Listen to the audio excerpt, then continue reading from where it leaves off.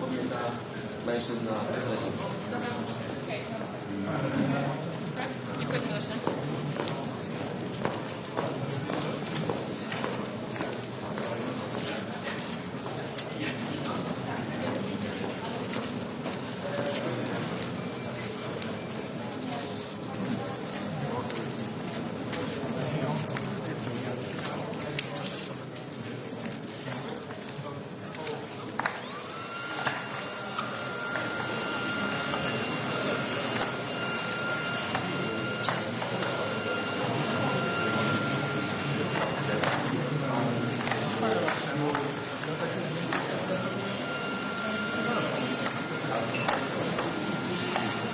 Tam na górze jeszcze było brudno.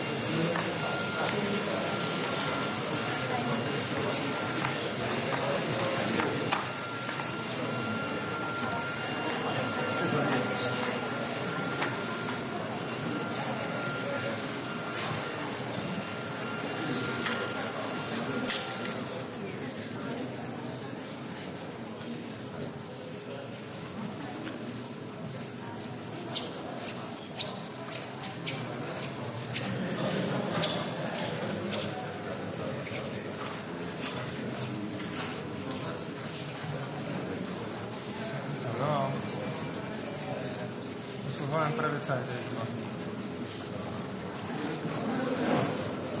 Nie wiem, ja mam mało cierpliwości. Naprawdę nie jest aż tak skomplikowane i trzeba.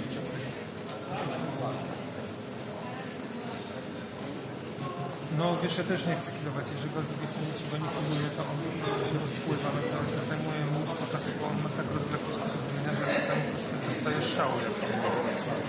Myślę, że od niego to, co można powiedzieć jednym zdaniem, on nie wiem, co to.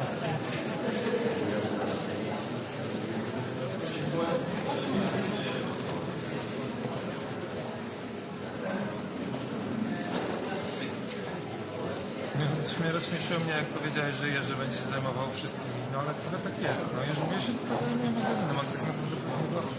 Dobra, to jest zasługa. Podoba mi się trzyma. Dla mnie jednocześnie wytrzymywać jest hierarchiczne. A zresztą ostatnio na tym spotkaniu naszym środowym, to jedna z rzeczy, które jest stary, ale u nas jest hierarchia, tylko dla nas to jest spoko. I jakby było wielkie zdziwienie. Tak, ja mogę się też kontrolować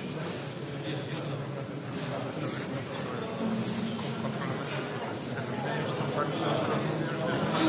tak, że możemy coś zrobić, to jest sukces, bo przecież na początku zaczynało mówienie o 3 miesiącach.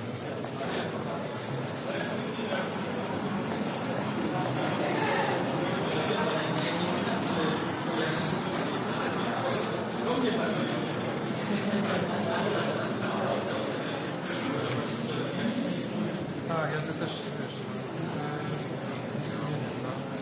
my nie jesteśmy, wiesz, nie jesteśmy wszyscy pracowaliśmy na każdym z tych razem, że jak mamy wspólnotę, że zróbmy spotkanie nie tylko, żeby była przerwa, bo ten fakt, no, o czym rozmawiamy. Konferencję południową. Tak, ja też tak uważam, że jest potrzebne spotkania, ale a sobie przerwę gazową z naszego odległych. To się przedstawi, naprawdę. To się taka szpania modna i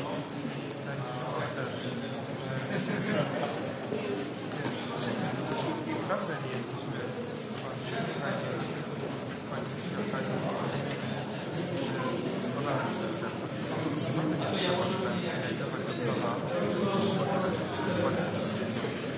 które nie są łatwe.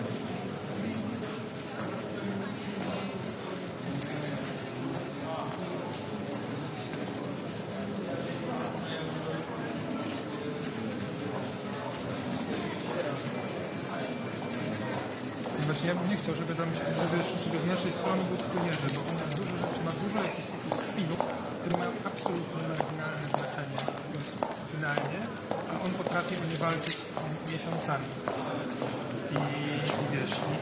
I robić z nich główny element agendy, więc po prostu niestety go trzeba jakoś tam wciągać, ponieważ nie chciałem tego teraz robić. Ale wiesz, też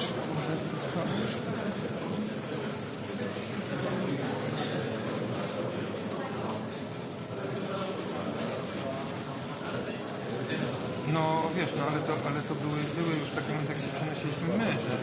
Ja nie mogłem zrozumieć, dlaczego my potrzebujemy 4 miesięcy na zaplanowanie przeprowadzenia magazynu. Znaczy nie rozumiem tego do dzisiaj. I tak było nerwowo, i tak to wszystko przejechało w 2 dni, i tak. Tylko żeśmy się, wiesz, jakby rysowali schematy przez 3 miesiące. No że jeszcze tak ma, no pamiętasz, mówiłem ci, on potrzebuje mieć każdą rozpisaną, jak może to trwa czasami, żeby świadkiem sprowadzać muzykę.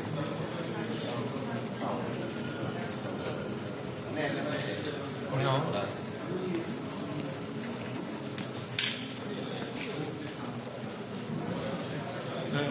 Nie, spokojnie, bo też by to brzmiało w rozmowie z Kasią. Zresztą w ogóle wydaje mi się, że w tym momencie była kompetentna byłaby Kasia, bo nikt nie zajmuje się na tym etapie, moim zdaniem. Może się mylę, na tym gronie, moim zdaniem nikt. Więc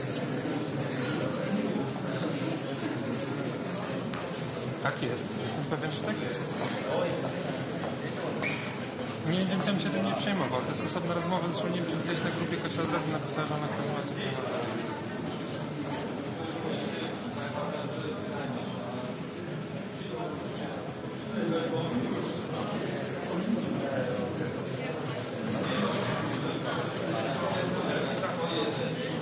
Nie wierzę. Nie wierzę.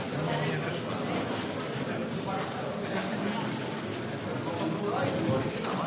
No to ja myślę, że powinniśmy, jak tam dosyć przejrzyście rozmawiasz o tym, jakie są koszty i czy my możemy z tego dorzucić jakąś umowę i tak dalej, bo możliwe, że nie możemy po prostu, że on trzyma pieniędzy. Dzisiaj na przykład słyszałem od pani, że wiesz, jak oni mówią, że nie mogą utrzymywać 2 miejsc, nie sądzę, że oni płacili 4 albo 7 miesięcy zapłaty. Nie, dlaczego? Dobra, wrócimy do tego wszystkiego. Ja muszę...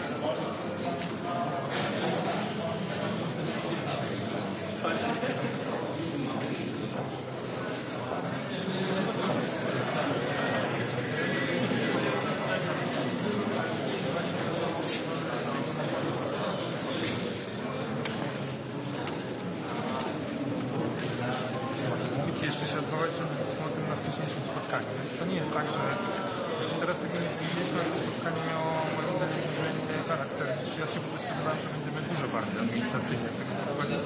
I tak naprawdę ja mam wciąż brak odpowiedzi na pytania związane z tym, że wygłosił swoją agendę tutaj, żeby było grzecznie, niebezpiecznie, a jakby my nie wiemy podstawowych rzeczy.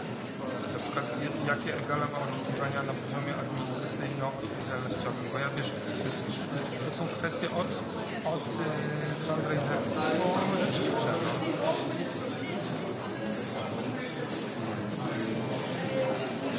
Nie, no bo nie wszystkie osoby, które tam siedziały, wszystkie. No fakt, była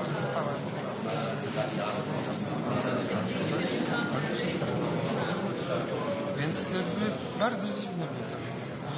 Ja wiesz, Ola była wściekła. Znaczy to co by powiedziała na stronce i tam pisała, jak zresztą Ania ale nie Ola ma rację, no sorry, ale to są informacje, które się w takim kontekście takich rozmów dzieli, jak tylko one zapadają. Tak? I ja rozumiem, że Kasia, że nie fajnie, że to Ola powiedziała na głos, że to Kasia powinna powiedzieć, tak? Ale powinniśmy to wiedzieć, no.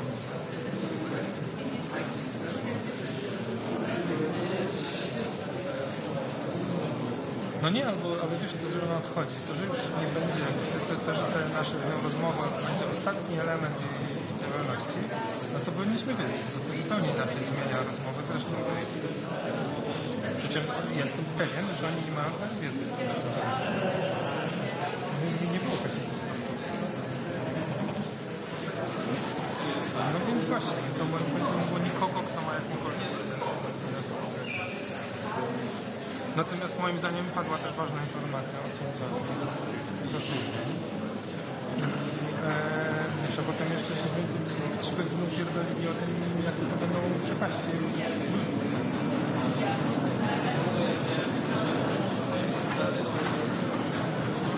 Nie, no jakby... No bo potrzebna. Znaczy moim zdaniem to wszystko... No to już... Ja tylko mam ten nazwę to skórk lekki. To wszystko można by było załatwić połowę tego czasu, jeśli by to jakby...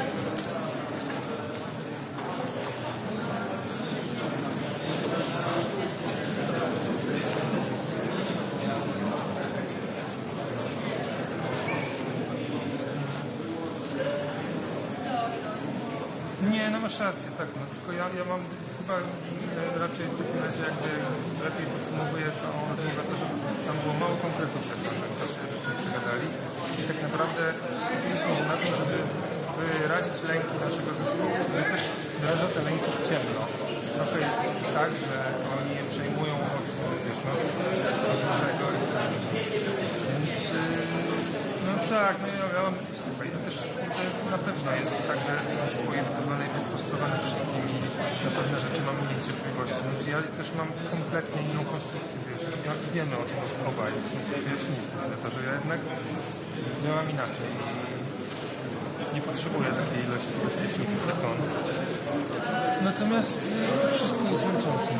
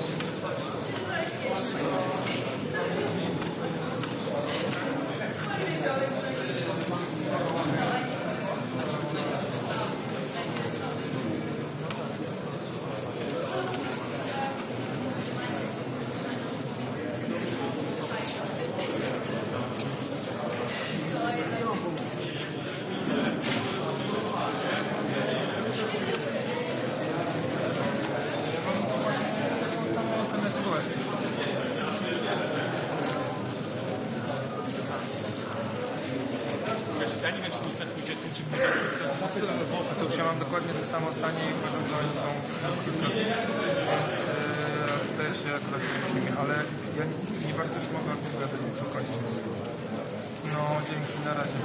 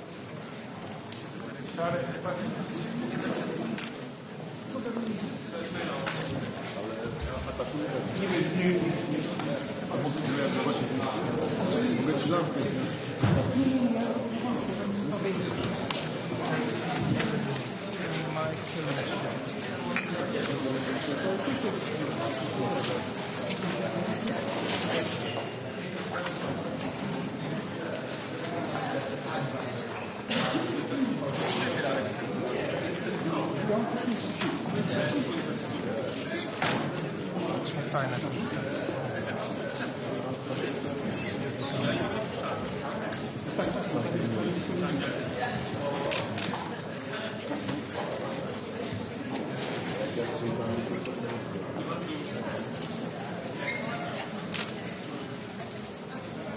Tak, nie kłócamy. Innych fotografów tą rzeczy zwalałem. Ale to jest nie fair w stosunku do jako nawet my prezydenta tu nie kłócamy. No naprawdę. Serio, no to musi stać. Nie no, Mówiłem, że pan jak nie wstanie, to siedzi. No nie.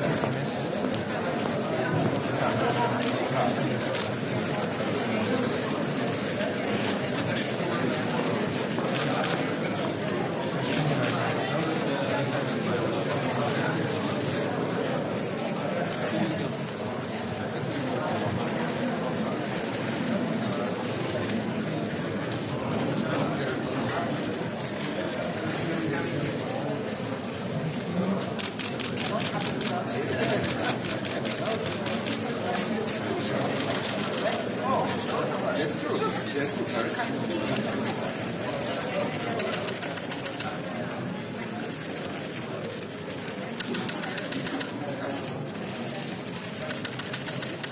Thank you so much.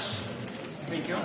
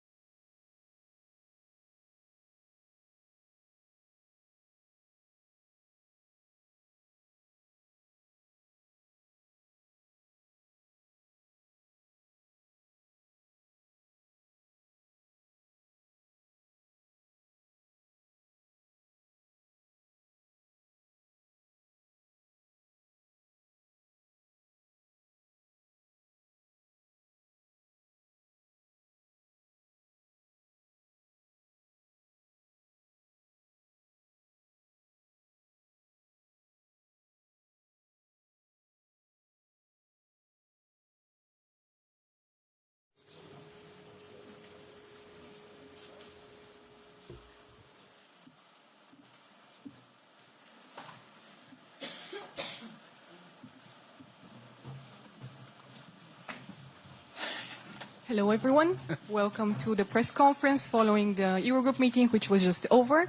We have with us the Eurogroup President, Pascal Donohoe, who will take you through the agenda and the outcomes of the meetings, together with the ECB President, Madame Lagarde, the Commissioner Dombrovskis, and the ESM Managing Director, Pierre Gramegna. Minister Donohoe, the floor is yours. So good afternoon, everybody, and I want to open up by thanking Minister Dombrovskis and all of his team for their excellent organisation that is apparent to all of you, and for the very warm hospitality that they have extended to all of us. Let me then give you a quick summary of our Eurogroup discussion. We began our discussion here today with the normal evaluation that we have of economic developments ahead of our upcoming international meetings in Washington. We reaffirmed the importance of the euro area and the work that it does in continuing to deliver policy predictability and stability when it comes to very important economic fundamentals.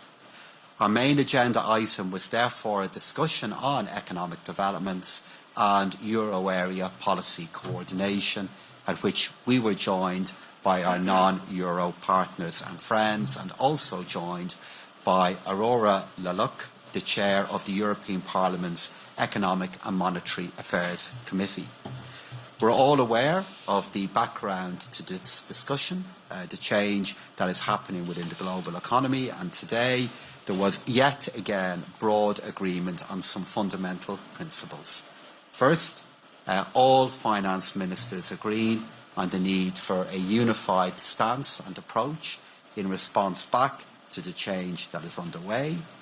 Secondly, continued agreement on an appropriate policy mix within the euro area that responds back and protects and adjusts within our economies, but also safeguards the long-term strength of the euro. Thirdly, that this mix be guided and be anchored within the framework of the work that we have all done on our budget rules. And then finally, all of those projects that we have been committed to and making progress on over recent months and years, the need for them to be approached with an even higher level of urgency. Whether that is our work with regard to the digital euro, whether it is now the really important agenda of an investment and savings union, or whether it's the broader work of the European Union with regard to trade diversification, and then respecting and supporting the work that the Commission is doing in responding back on our behalf. We all agreed that it is very important to keep track of how the shifts that are taking place translate into economic sentiment, into activity, into prices, and we factor all of this into what it means for the euro area's policy mix. We're clear on where we stand within Europe. We remain united to a rules-based way of trading with each other, and we remain united in accelerating the progress that we have made on our greatest strength, our single market, and the way we economically cooperate with each other. We also, in our discussion here today, looked on other elements that are very, very important to our work, and many of those elements will now be picked up under the Polish presidency, and we look forward now to the commencement of their meetings here across the afternoon. Thank you. Thank you, President. Commissioner Dombrovskis, please. Yes, thank you. Good afternoon, everyone. Let me begin with our exchange on the economic outlook. The economic outlook is, of course, getting more and more unpredictable, and it's colored by the impact of Trump administration's imposition of universal tariffs on almost the whole world. We welcome the 19 days pause on reciprocal tariffs above 10%. It creates space for negotiations.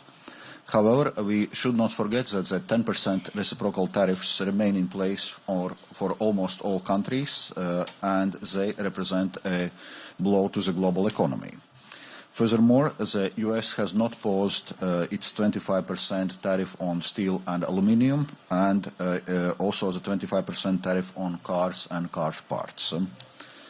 The nature of these rapidly moving developments make it difficult to assess their impact on the EU's economic outlook. But what is clear, and what also ministers in today's meeting agreed on, is that the impact of the tariffs, it will be the US itself that will be first and most hit by the tariffs. The imposition of tariffs will weaken the US economy by reducing consumers' purchasing power, real wages, and making imported intermediate goods for production more expensive. Beyond direct effects on tariffs, however, the additional loss of investor confidence in the US economy would further aggravate its negative impact on GDP. According to our latest model simulations on the US tariff impact, US GDP would be reduced by 0.8 to 1.4% until 2027. The negative impact on the EU would be less than for the US, about 0.2% of GDP. If tariffs are perceived to be permanent, or if there are further countermeasures, the economic consequences would be more negative, so up to 3.3% for the US, and 0.6% for the EU, and 1.2% for the world GDP, while the global trade would decline by 7.7% in 3 years' time. These model simulations do not account for additional loss of investor and business confidence in the US economy, which could further the negative GDP impact which I was outlining before. Of course, given the extraordinary uncertainty and rapidly changing tariff decisions, our model simulations cannot be fully precise, but they do show the overall trend that tariffs are damaging for the economy and for the prosperity. So let me make it clear, Europe did not start this confrontation, and Europe does not want this confrontation. Tariffs go against the political and economic logic of deep and long-standing transatlantic trading partnership valued at 1.6 trillion euros in 2023, and this is the largest trade and investment partnership in the world. Global financial markets have already reacted badly to these developments with a massive volatility and sell-offs in recent days. So, from Commission side, we will continue to closely monitor financial developments in the days and weeks ahead. We are ready to negotiate a mutually acceptable outcome while defending our economic interests.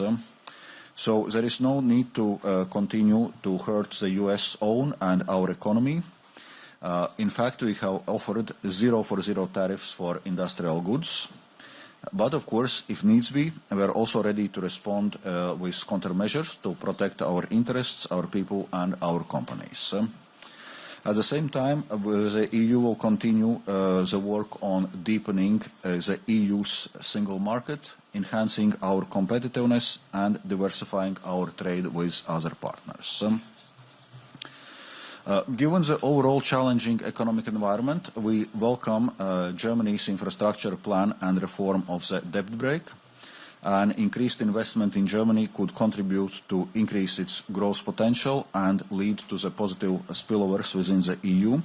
So we look forward to receiving Germany's mid-term fiscal structural plan shortly after the new government takes office. We also held a short discussion on preparations for upcoming spring meetings of the World Bank Group and the International Monetary Fund. At this challenging time, the EU remains committed to rules-based international order and engaging with international partners through multilateral fora, including the G20 and G7. I will stop here. Thank you. Thank you, President Lagarde. The floor is yours. Good early afternoon. Dzień dobry. Dziękuję polskim organizatorom też na formalnej Rady ECOFIN w Pięknej Warszawie. This is my very humble way to torture the Polish language, to say that we are all delighted to be in Warsaw. And for me to be back in Warsaw is a particular pleasure. So thank you to our Polish colleagues. Thank you to the team that is supporting the Polish presidency. Everything has gone very, very smoothly, and the reception that was offered yesterday to all of us was really fascinating, gave us a chance to see the Copernicus books as well as quite a few other real attributes of Polish culture. I know it sounds a little bit unusual for a central bank governor to actually start with culture, but sometimes there is some specificities about Europe which have to do with culture and which should be preserved and secured. So I will not repeat any of the comments that have been made by my colleagues, which I support, and I would simply add a few numbers for your consideration, because our job at the ECB in a pre-monetary policy week, which requires that I be very quiet on any monetary policy-related questions. So that's just a warning for those of you who are going to ask me whether we're doing this or we're doing that. I'm not going to take those questions because it is a quiet period for us. But obviously we have to take into account the potential or already effective impact of tariffs on trade. And I will just mention three figures for you. The one that I will start with is the effective US tariffs that was applying to the euro area up until about a couple of weeks ago, which was 3.5%, which moved up to 3.8% under the currently applicable and soon to be applicable measures. So that includes the 10% across the board, that includes the 25% on the automotive sector and the oil and steel industry. And the third number that I will mention is 30%, which is the number that actually would be the effective tariffs in case there was the enforcement of those rules that have been put on pause. Now, with that, I will simply say that the European Central Bank is monitoring and is always ready to use the instruments that it has available and has come up in the past with the adequate instruments and tools that were necessary in order to procure price stability and, of course, financial stability, because one doesn't go without the other. But don't be disappointed if I don't answer your questions, no matter how circumvoluted and sophisticated they are, in order to make me say things that I will not say. Thank you. Thank you, President Lagarde. Managing Director Romania, the floor is yours. Dobry den. Thank you very much to the Polish presidency for a warm welcome here in Warsaw. It's a pleasure for me to be back. I will just focus on market developments in these turbulent times and obviously subscribe to all the things that have been said by President of the Eurogroup and Commissioner Valdis Dombrovskis just now.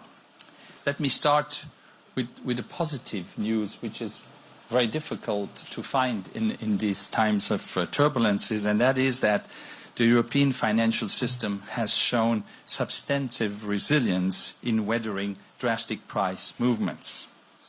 Despite market stress, euro area assets outperformed not only US peers but also those of other major economies.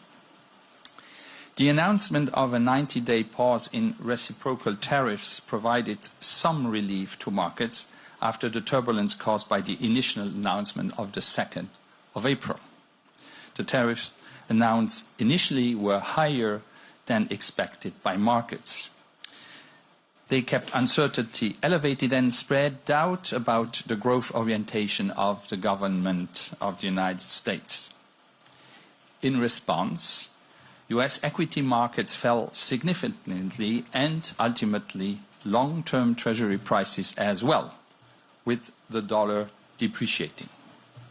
This is highly unusual in historical pattern. Usually, when US equities decline, US treasuries and the dollar trigger safe haven inflows. No surprise that markets showed a positive reaction after the moratorium was announced.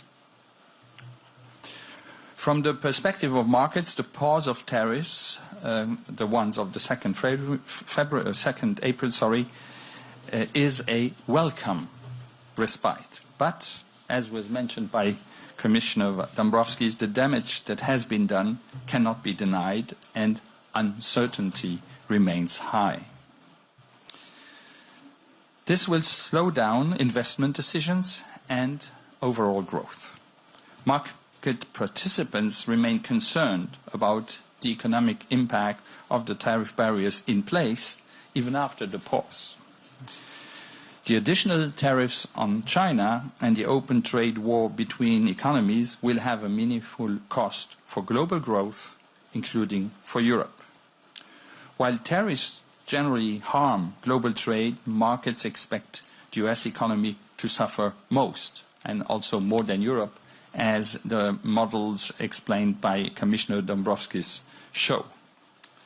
Trade war between USA and China will impact growth in general for all of us around the globe. It is too soon to tell longer-term implications for the European economy and sovereign bond markets. Despite the good news of the 90 days tariff pause, uncertainty remains high. Some tariffs affecting Europe are meant to stay, even with the moratorium. First, tariffs on steel, aluminium and cars, and second, the 10% tariff across the board for all countries.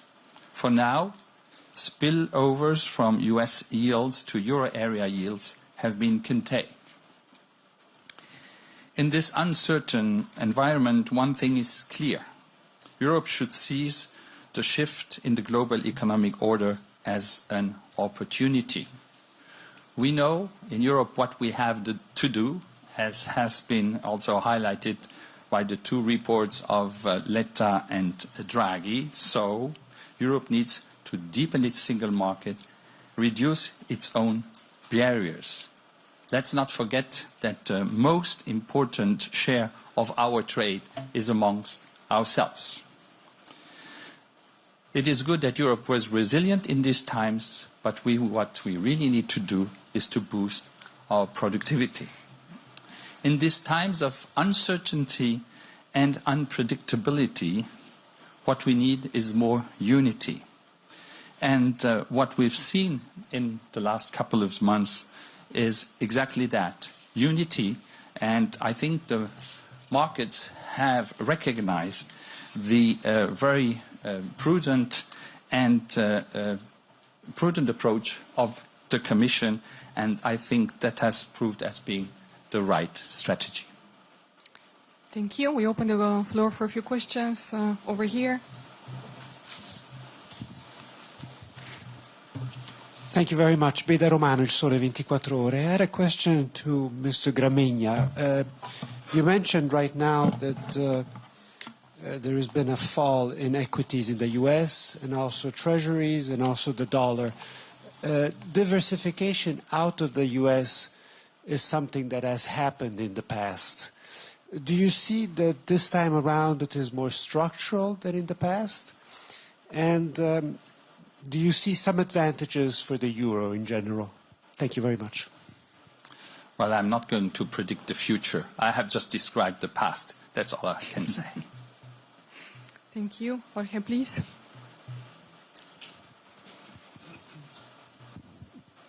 Good afternoon, Jorge Valero with Bloomberg. First, a question for Mr. Donoghue, and maybe Commissioner Dombrovskis wants to reply as well. What we hear a lot over the past days is that there is a very strong sense of unity, but when we ask policymakers and ministers about the negotiations coming with the US or how to retaliate in case it's needed, we see differences. For example, some ministers said that we're open to discuss everything. Others say that we shouldn't talk about, for example, our tech rules and, of course, VAT. When it comes to countermeasures, President von der Leyen spoke about hitting big tech through this digital tax. Minister Cookie said that we shouldn't target digital services. So is that unity really exist? And, for example, what should we hit in terms of services when it comes to countermeasures? And for President Lagarde, in the past, you always called for that the fiscal side should do their homework, take their side of the responsibility when it comes to to address different crises. This time around, we heard a proposal, for example, coming from Spain to set up an instrument, a tool to weather the consequences of the tariffs. I don't know if you will support such an instrument that could be financed, for example, with the duties. Thank you. So in our discussion in the Eurogroup today, we had a very large number of ministers contribute, and every single one of them talked about the importance of maintaining unity, and acknowledged in maintaining unity it's also important that we engage with each other and we hear each other's views. And from the discussion that I have left, I am absolutely certain that we will work together to maintain total support for the work that the Commission are doing. I know the Commission will hear views, but I also know that as they engage with Member States, when they reach a view on what is the appropriate response back in dealing with this trade challenge, they will continue to receive the support of Member States in their work. We are in a negotiation. Because we're in a negotiation, I think it is appropriate to allow the Commission to do their work, to engage with Member States in private, and then when they outline what their agenda will be, for all of us to work together to find ways in which we can unite in supporting their agenda. And I'm certain that that is the approach that we will be able to generate in the time ahead. But of course, for all of us, we would rather not be in this situation. We would rather be in a situation where we were not facing such a trade challenge and difficulty, that instead negotiation would work, that we could engage with the US in a cooperative way and avoid the need for further measures in the future. But regrettably, if we do find ourselves in that situation, I'm confident that we will be able to maintain a unified approach from the EU in this and be able to support the Commission in their excellent work on our behalf. If I may add a couple of things. Well, first of all, just to echo what Pascal has said, indeed there was a strong message of need for unity also coming out of today's meeting. But on this question on services, if I look our trade relations with US, we are actually we have a broadly balanced trade relations with US. Overall, we have a trade surplus maybe of 3-point-something% on the overall trade volume. But then if you look in the categories, we have substantial surplus in goods and substantial deficit in services. So when we are discussing the trade policy response, obviously we also need to look what is happening also on services side, including digital services. And as it has been outlined from the Commission side, when we are now discussing further countermeasures, all options remain on the table. So this is one point. And second point, obviously, when also the discussions were taking on retaliatory tariffs concerning the first steel and aluminium tariffs imposed by US, it's also a question, so to say, on a fair distribution of risks and potential economic pain across member states. There were, as you know, heated discussions on which sector should be included, which sector should not be included. So also from that point of view, we need to be united, but also we need to see that these risks are fairly shared among member states. Thank you. And shall I address the question? Of course, of course. So my response is not targeted to any kind of member state proposal, but the Governing Council has always held the view that joint fiscal improved capacity would be in order to respond to any kind of shocks. That's number one. Number two, you should expect the European Central Bank to focus particularly on what will improve European offers. And by that, I mean in particular the digital euro and whatever contributes to improved saving and investment union. We will focus specifically on supervision, better coordinated, more unified, better interpreted in a single way, and to the trading and post-trading infrastructure. Thank you. Paula. Thank you. Paula Tama with the Financial Times. President Lagarde, are you concerned at all about the sell-out of US bonds and treasuries? Is that potentially going to have knock-on effects also on EU obligations and equity markets? And then just a specification to Commissioner Dombrovskis, the figures and the estimates that you have given, is that prior to the pause? So that's assuming that the 20% retaliation is in place, or is that with the 10% and 25% on the specifics? Thank you.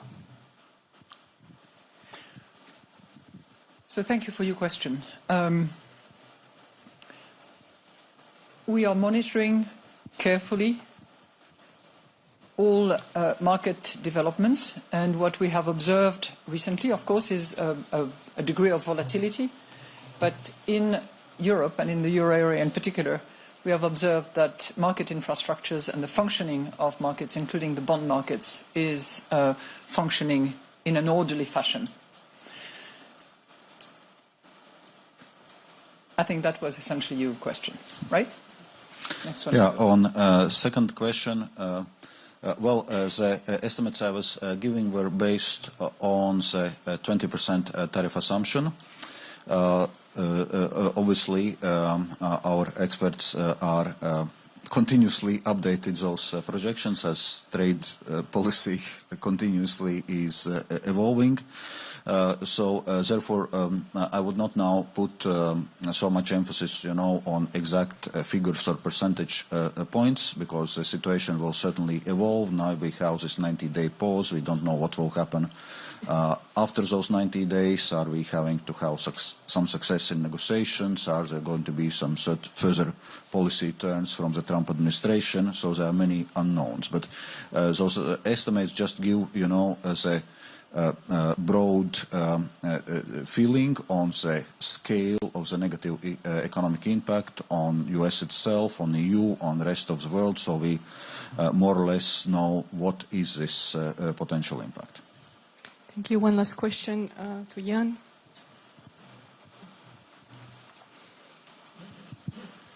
Thank you. Jan Slupczewski from Reuters. I have a question for Madame Lagarde. There is market talk about a Federal Reserve intervention in support of US Treasuries. Are you aware of any Fed intervention, and is the ECB involved in any way? And second question about the exchange rate of the dollar, which is changing very rapidly. I know the ECB does not target exchange rates, but it does matter in trade matters. So what is your view on the very rapid change of exchange rates of the dollar? Thank you. Well, thank you for formulating the answer to your second question, because that is, in fact, the answer that I will give you, is that we do not target any exchange rate, but obviously we monitor and we are attentive to the impact that variation of exchange rates can have on inflation. So this is factored into the assumption and the calculations that we make and the models that are working on a very regular basis at the moment. On the first question, there is a regular dialogue between the key central bank presidents, chair and governors. But if I was aware of any such thing as you asked, I wouldn't tell you. Thank you. Thank you. Thanks to everyone. Thanks to our speakers and to all of you for attending. And have a good afternoon, everyone. Thank you.